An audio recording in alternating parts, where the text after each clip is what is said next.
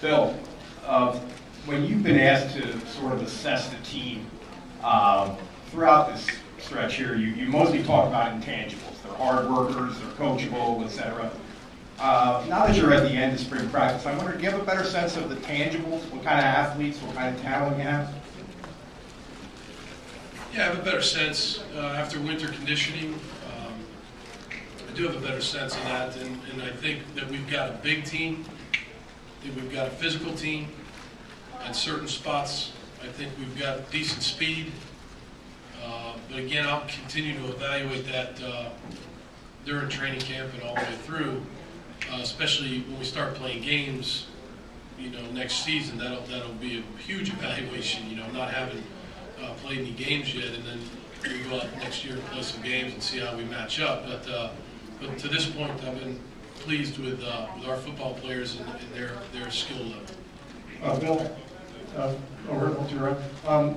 You had mentioned earlier that you hope to give the three quarterbacks as even a bit of reps as possible. Were you happy with how many plays each guy got to run, and would you like to have seen more from one or another person?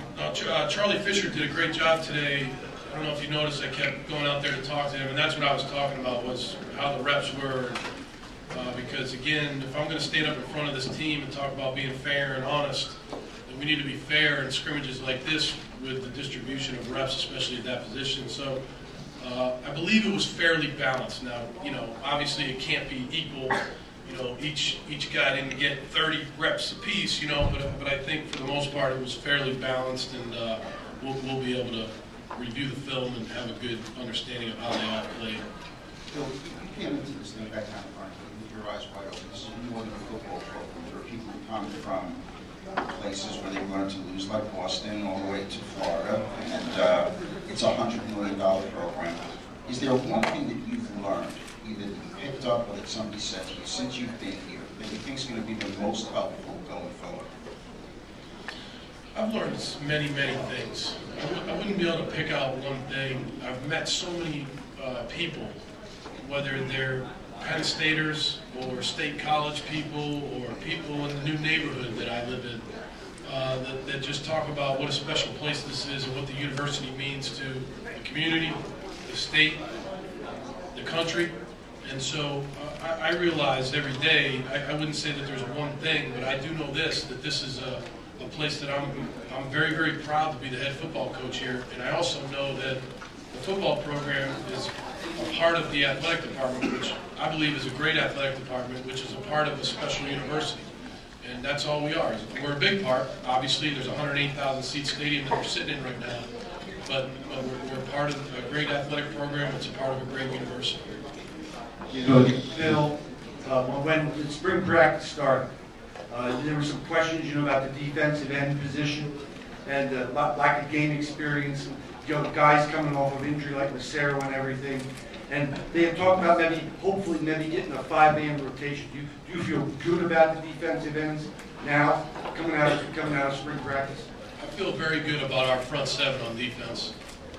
I think we've got 8 to 10 defensive linemen that can all rotate in there and play. Obviously led by Jordan Hill. He's one of the better inside defensive tackles that I've been around. I feel good about our linebacking core. We haven't seen Mike Mowdy. He's coming back from training camp, and we're really looking forward to having him back on the field. So I'm happy with the front seven, and that would include the defensive end spot. So we've got to make a few switches on into the secondary, moving Drake over and shifting Amos and safety. How do you think that's come along so far? Are you happy with the depth you have there? Yeah, we had to make some moves over there just to get some numbers over there. That was the big thing, and all those guys have shown flashes. Stephon Morris has had a great. Everybody asks about the position changes, but it also starts with the guys that have been there, and Stephon Morris and Malcolm Willis. Those guys have had really good springs. They're good leaders for us, and those other guys that you mentioned have come in there and done a good job too. Amos, those guys have done a nice job too. So again, it's not the deepest position on the team, but there's guys there that can play football. Bill, back here. Obviously, an important day for your players. but for your coaching staff, can you kind of explain how important it was to kind of start that communication process that you guys will be dealing with throughout games, throughout the season? You know, how you guys communicate yourself. Yeah, that's a big part of it, and you know, I wish we had probably done it one more time this spring. Looking back on it, I wish we had come over here one more time for the scrimmage, but we didn't, and so we'll have to go off of this one. But a lot of us have worked together. You know, like for instance, I've worked. It was funny. You know, you get on the headset. I haven't coached with Mac in a long time, but it was just like yesterday. You know, you get on the headset, and you know what he's talking about and what he's looking for, and the same thing with Ted Roof. So it's kind of like riding a bike, and that's the best thing about having a staff that you've worked with before. So, you know, I feel very good about our communication, where it will be, not where it is right now, but where it will be. But again, we'll get in here during training camp for at least one more, maybe 2 game-like scrimmages where we have coaches in the press box and coaches on the field, and keep working at it. Coach, how did you come out of this scrimmage and the spring in general from an injury standpoint? Anybody get banged up today, and everybody going forward? Yeah, we had some rough last couple days. TJ Radigan had a knee today. I'm not sure what it is. Didn't look great. Great kid. Felt terrible for him. James Van Fleet the other day in practice, you know, knee, and not sure exactly what that is, but because the swelling there's a lot of swelling there. But great kid. Felt terrible for him too. So, you know, you just hate to lose anybody. You know, I met with the parents of our players this morning and, you know, talked to them about the violence of the sport. And feel great about our training staff led by Tim Bream and our team doctor, Dr. Spascinelli. There are a couple guys there that really care about these kids and will take care of them. But, you know, you hate to see injuries, but those things occur in football. Hey, Bill, can you talk about Paul Jones's overall body of work this spring? What does he need to show you when he starts the job in the fall? Paul Jones has gotten better every single day. And Paul Jones and I have a unique relationship because we both have unique senses of humor. And he's been a fun guy to coach.